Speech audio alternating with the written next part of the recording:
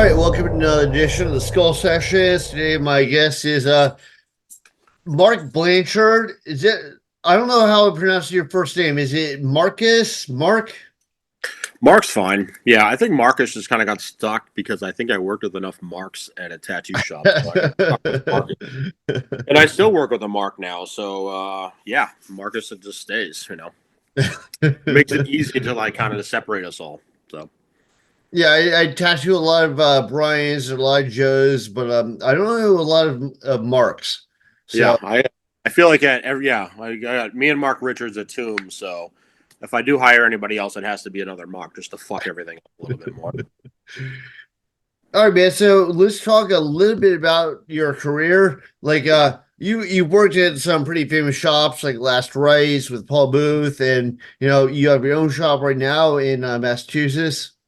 Um, do you want to give me like a little progression about what's going on? Yeah, sure. Do you want to hear about earlier stuff, kind of going with that, and kind of how I kind of ended up in Salem, or? Yeah, no, we can just go over that. Okay, Like, cool. Yeah, I you mean, know, I guess it kind of starting up when I came back to Massachusetts. I'm originally from here, but kind of bounced around in a couple different states. Earlier on, I actually worked it off the map, for a little while, and I'm sorry. yeah, I know. I think I was earlier enough and didn't get involved in a lot of things, so I kind of avoided a lot of the headaches that kind of came along with that. I feel like if you're full time there, it's a whole different story. But Yeah. traveled a lot and ended up at Last Rites. I think it was around 2011 or 12. I started there, and I was there for a pretty long time. It was a great shop. At the time, I was working with just a lot of buds. Like Stefano and Tim Bohr, Toxic, all in which we all stay in touch. Which is cool. We pretty regularly when we have the time. We all try and meet up, but we're all pretty busy, so it doesn't really happen as much anymore. Did you have kind of your signature style that you have now? Like, by the way, I have two tattoos by Mark. They're awesome. But did you have that style developed when you were there, or did you develop it over time while you were there? It's kind of funny because even when I was there, I was kind of doing color, and I always liked doing dark art illustration. And I think by then I was kind of messing with a lot more, color palettes that were more fleshy and more rotted out. And, still was working with Eternal at the time, had a sponsorship with them. And it wasn't until after I really kind of left, Paul's at full time, I started to transition over to black work, And I think that was around 2014 or so. I was kind of dabbling with it. But I mean, subject matter has always been into, pretty dark as long as I can remember, my grandfather was an oil painter and he just did nothing but dark art and painted just, women getting ripped apart and demons and anything that was kind of like that Boris. Well, that was your grandfather that did all that crazy shit. Yeah. What year was that? Because that probably wasn't super acceptable back when he's around. No. I remember even as a kid, he had this one sketch. It was this woman on a roof, and she was chained down to the wall, and all you saw was her ass and her getting ripped apart by a demon. And I used to draw that image over and over as a kid, and even got in trouble for it in school because I would just replicate it. That thing was just burned in my head of what it looked like, So early on, it just kind of always was like that, Always kind of had the interest of kind of playing with, subject matter like that. Always, kind of grew up with horror around pretty regularly too. What inspired the transition from more color to black and gray? I know for me, I was I originally went to art school, and I was well, I paint in color, why wouldn't I tattoo in color? So right. At first, I think I was one of the early guys doing color portraits and stuff like that, and people were like, "Oh wow, you can get portraits in color." Yeah, but the thing is, I don't think they hold up well over time. Black and gray and black holds up very well over time. Yeah. So I've kind of and I remember a lot of the old school guys were tattoos don't look like that. And I'm as a feisty little punk rocker, I was fuck you, I'll do what I want. And, but yeah, I mean, they had a point. I mean, fuck, man. I think at that time, it was around 2004 to 6, like the color portrait scene started jumping along, and kind of no one knew what the fuck they were doing, you know. So like Right. everyone just kind of was just like doing things with no black and no structure, and kind of doing that very like, well, it's new and it's no one's kind of figuring it out yet. So it was a very trial and error period of time with tattooing, I think, and it was for a while, kind of learning the idea of like old methods like Guy Atchinson's like layering technique and blending with the smooth blending and stuff, and machines were just getting made by fucking everybody, so like everyone thought like the machine was like the magic fucking wand, so like the Guy's actually proven like a lot of his like layer techniques have actually proven to be really effective. for You sure, know, yeah, yeah. and like when I see color tattoos, Noah Hold, like when Nico or Todd does them, I'll bet he lives the fuck out of that shit. Like there's so much like saturation in there. You're like, that's gonna last. Yeah. I mean with Guy's method, I've you see, we definitely learn certain things over time, like certain colors will just no matter what fade out, and but the layering technique has always been like if you put enough ink in there and like sharpen it up with liners and everything, like the longevity holds up really good, So just Yeah. get structure down. I think with my particular stuff, like I was very interested in that method in the beginning when I was starting to be around like maybe like 2008 to 10, and I was trying to make just like ugly, gritty looking skin textures mostly, and kind of stick with that layering technique. But the palette was limited, and I think it was just an era of time with me. I wanted to see like how it would look, and when I would see things healed up, overall they'd be fine. But like I felt with color, it never looked as ugly as I wanted it to look. I think like it always looked like a fucking cartoon to me, no matter what. Like Right. I've always been a fan of like illustration artists like Pushead and shit. So like Yeah. really like that subject matter of like metal style artwork and very graphic. And so I think I kind of catered towards like if I could take my subject matter and kind of make it more graphic looking and just black, it would give a lot more the imagery a lot more grit, So I kind of focused more on like as opposed to like midtones or layering. I kind of worked on like single pass only with smaller needles and using certain techniques of kind of like just certain techniques itself as far as like textures to kind of give the illusion of like midtones and stuff like that. So like not necessarily cross hatching, just like patterns and stuff like that, or dot work, or certain values of line work. And so complete fucking opposite. Like probably didn't. I haven't touched mags like barely fucking ever now. So I just think the tattoos looked uglier with just having and more to the point and contrast. It would just fucking just black and that's it. So the longevity, yes, is there, but I think I was more like I wanted to get that point across to kind of convey better. With the subject matter of just kind of being grittier, and color just made it look like it was just soft as shit. So I just stopped doing it.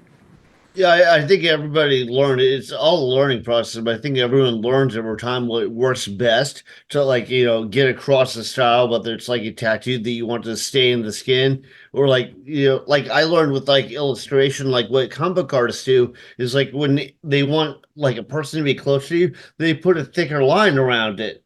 And it kind of fools the eye. So like you don't see it immediately, but like your eye thinks, oh well, that's closer to me. You know, Yeah. and I had Yeah. to learn that because that's not a natural thing. Like people don't walk around with like big black lines around them. But yeah, like you learn stuff that helps you like perfect your craft. I think.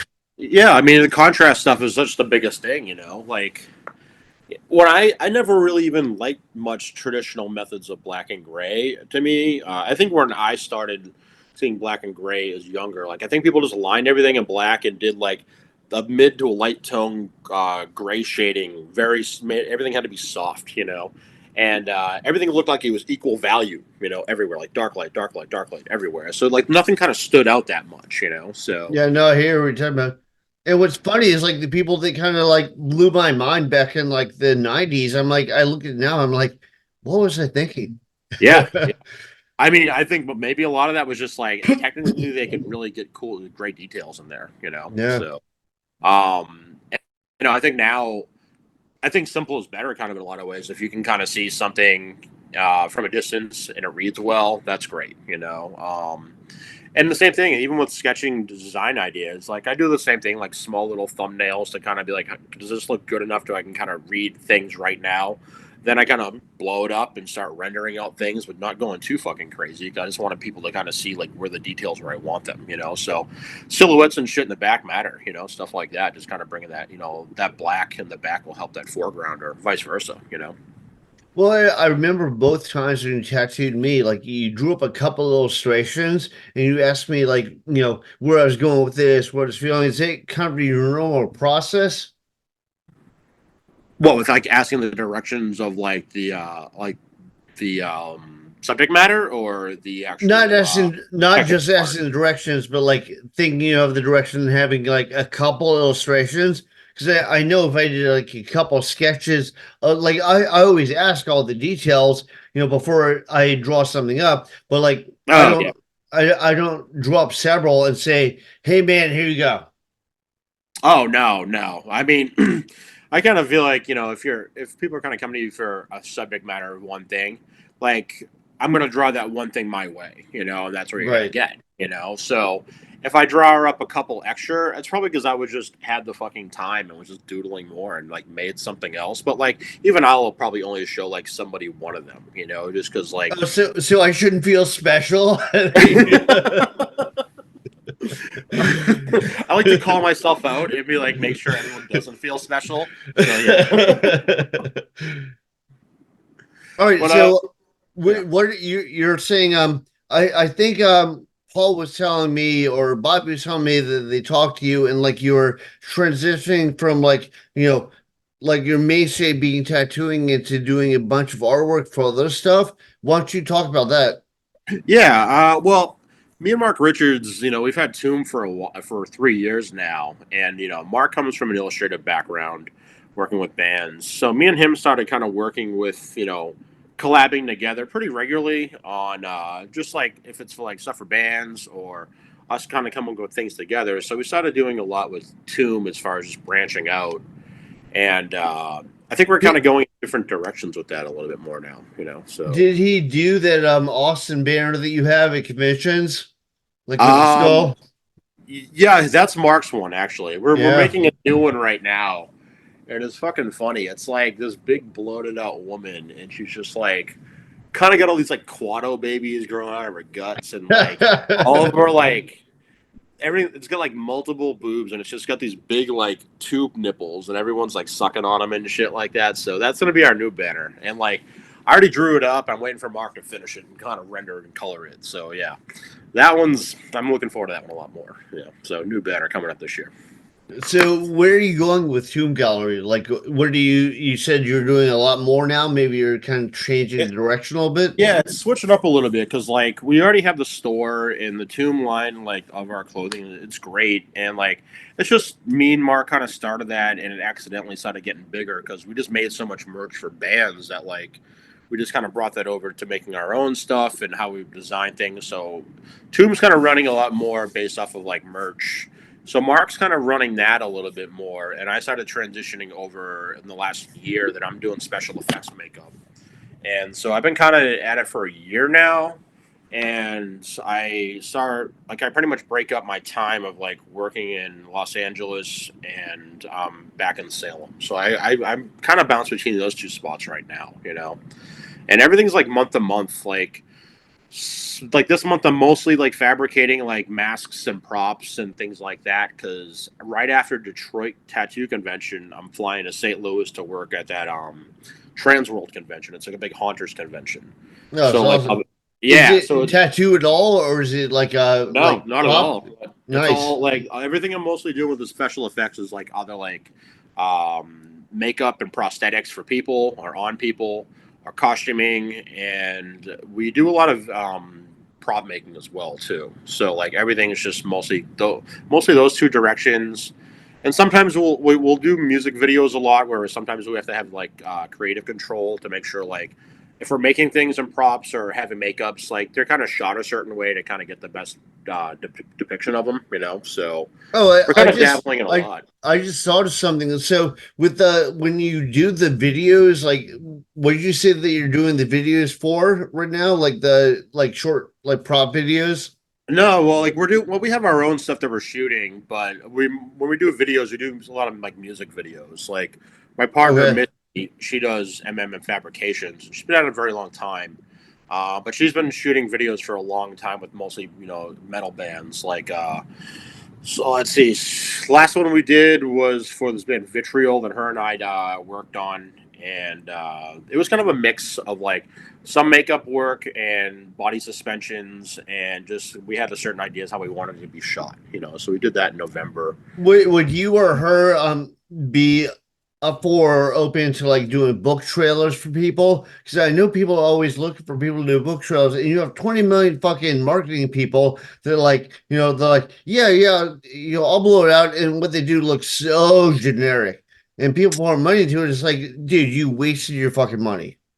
What usually goes with the book trailers? It's just like I'm not really familiar with too much of Yeah, this. it'll be like I'll send you a couple so you can see, but I mean, we're talking like 30 seconds or a minute, Oh, okay, okay, yeah, just like kind of getting the point across on a quick like Yeah, it's kind little, of little preview. like think of a movie trailer, but much shorter. Okay, yeah.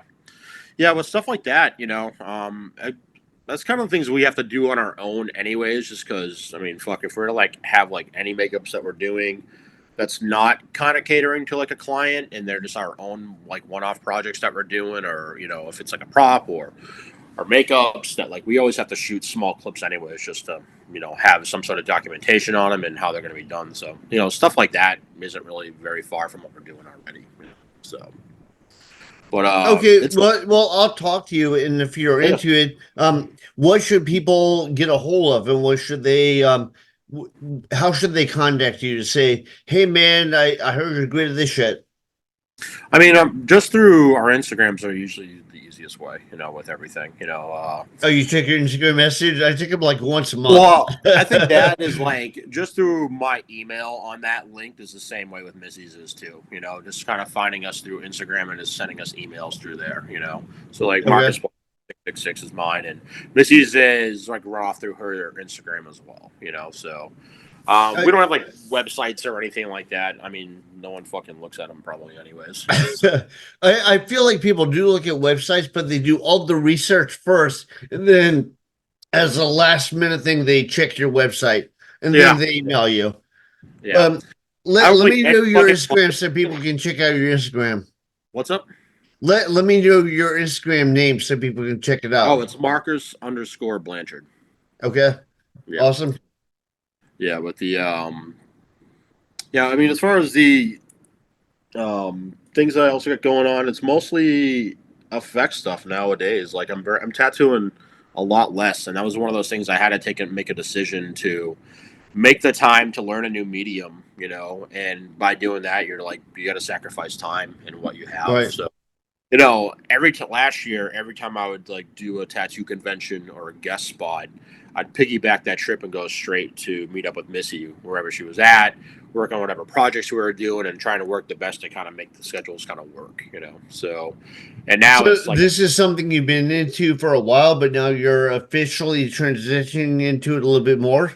yeah, I just think I've been showing the public a little bit more of it now. Like we did a makeup at Monster Palooza convention, that big horror convention in LA last year, and that was like kind of the first collab that her and I did together that we like showed everybody. And that was like we did like a rotted out Virgin Mary, and her face was all like bloated and it had like boils on her face and shit. And I had her whole torso was just like open, just like straight up, just like no skin. So Well, that that's was the awesome. that was the idea of it. So like for that one, like I kind of have the concept, drew up a few, had a few sketches, and Missy kind of transitioned to that to make it work with prosthetics, and makeup. So her and I just try and make everything as uncomfortable as fucking possible. That's That's awesome. yeah, Yeah, yeah. So, this is like back in like I don't know, like 2000. I don't know, 2008 or whatever. They had an art show called Visions of the Virgin Mary. I'm like, Uh-huh. can I do whatever the fuck I want? They're like, sure. So I did a zombie Virgin Mary, and like there's ruins of Jerusalem behind her, you know. So it actually, who, who who did go the ahead. show? Who did the Um, show? it was I think it was at Transcend, and I remember that show. I oh remember that. Yeah. Because I think I yeah. was living in Connecticut at the time, so I do remember that. Yeah. I remember that was I think the first time I met Nick Baxter in person, and he had these long blonde dreadlocks. Oh yeah. I think I And he's always been a quiet person, but he was really quiet back then. right. Yeah, I don't think I met Nick till like years later, but I always heard about the dreadlocks. It's yeah. So he was always in. Maybe it was just like a dreadlock hippie hardcore kid at the time or something. So I think I mean it was like all the hardcore bands I know. I'm like, hey, this band's like, oh, I remember them, or yeah, I'm going to see them. So I'm like, oh, somebody else pays attention to that shit. oh yeah, especially in the area growing up in New England, it was just like you kind of got bombarded with hardcore. Especially if it was like Connecticut or Massachusetts and stuff like that. So yep, that was a pretty common thing we all had that we all had in common. So All right, well, I don't want to make this like super long. I told you I'm trying to keep it around like half hour, but yeah. let me delve real quick into horrors. Like, so what's your favorite horror? Like, you could throw out some movies or books or whatever. Like, Okay. because they're all different styles. There's everything from like the scream, kind of like tongue in cheek comedy horror, to the more like brutal, like Martyrs. I think Martyrs is an awesome movie. Yeah.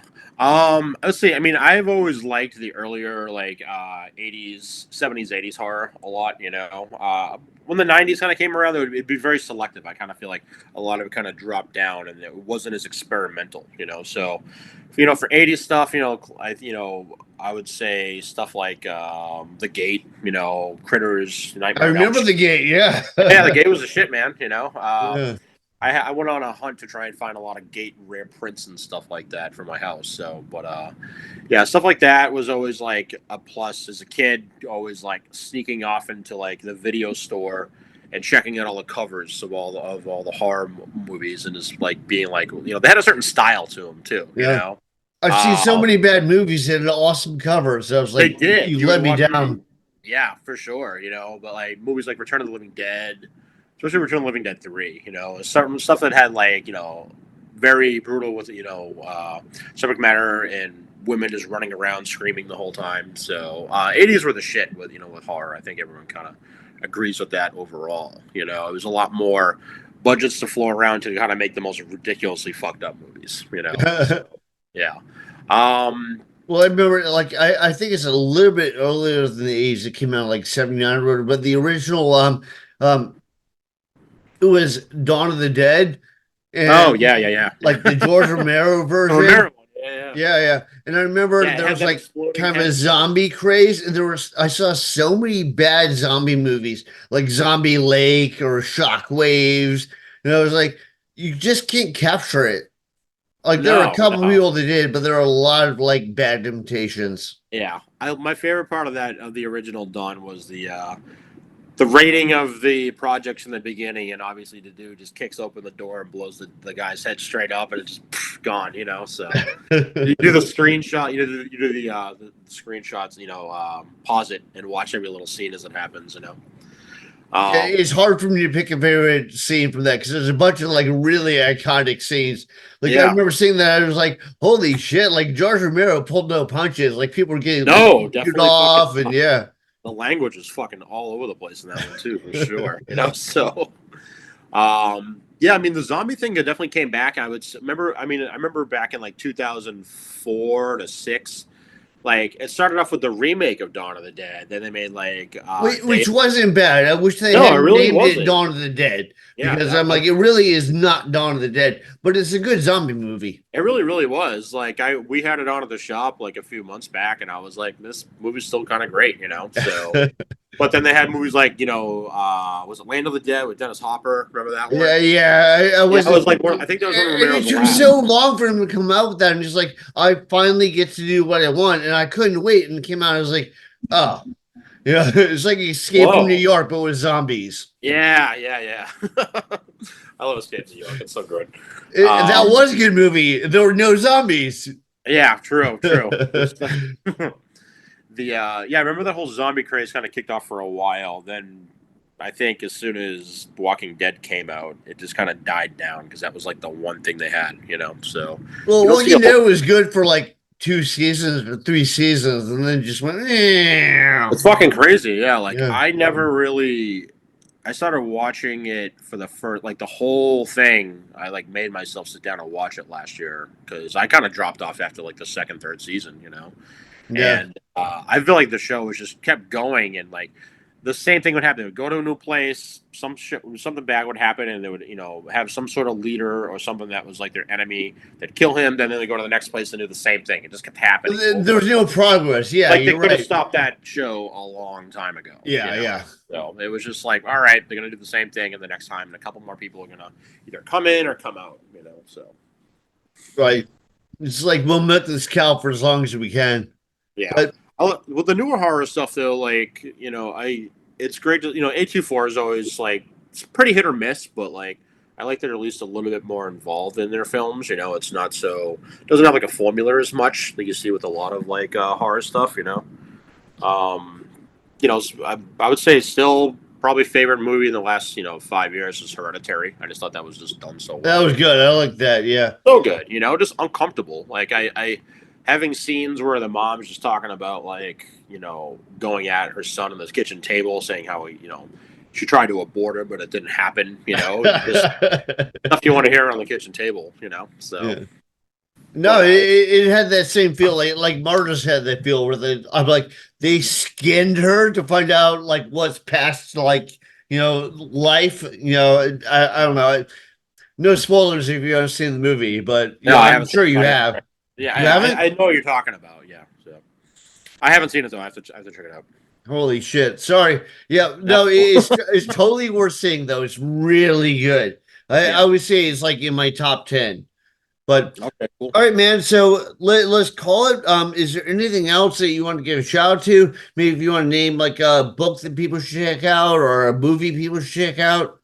No, I would just kind of just shoot for our Instagram stuff, kind of see what we're doing. These days I kind of feel like that's all I'm up to is just effects.